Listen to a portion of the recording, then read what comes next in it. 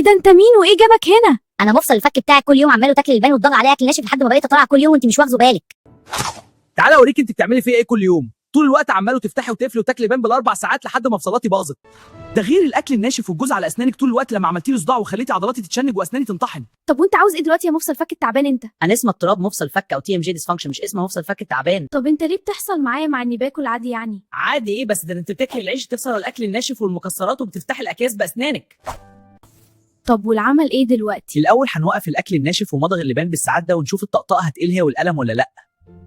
طب لو القلم والطقطقه ما قلتش؟ هنروح نكشف في عياده متخصص اسنان او جراحه وجه وفكين. ممكن تلاقي المشكله جايه من المفصل نفسه هيد او حتى جايه من العضلات. فممكن دكتور الاسنان يوصف لك ادويه مسكنه ومضاده للالتهاب او حتى ادوات لحمايه الفم او حتى ينصحك بالعلاج الطبيعي. طب وايه هو دور العلاج الطبيعي؟ العلاج الطبيعي بيستخدم اجهزه بتقلل الالم واجهزه تانية بتقلل الالتهاب، ده غير تقويه عضلات الفك وفك التشنجات العضليه، وطبعا تحسين فتح وقفل الفم وغيرها. والاهم بقى بيعمل تحريك وتصحيح واسترجاع لوظيفه الفك بجزء. طب ولو ده كله ما جابش نتيجه؟ هنا بقى هنحتاج لاخصائي جراحه فممكن يستخدم الحقن الموضعي زي حقن البوتكس حتى يضطر يفتح جراحيا. فعشان نتجنب ده كله نبطل نتعامل مع مفصل الفك على انه كسرة البندق او مكان اللبان او حتى فتحه الاكياس والازايز. قولوا لنا هل كنتوا تعرفوا عن طقطقه الفك واتعاملتوا ازاي لو حصل لكم قبل كده؟ كنتوا تعرفوا ان العلاج الطبيعي له دور ولا لا؟ قولوا لنا في التعليقات.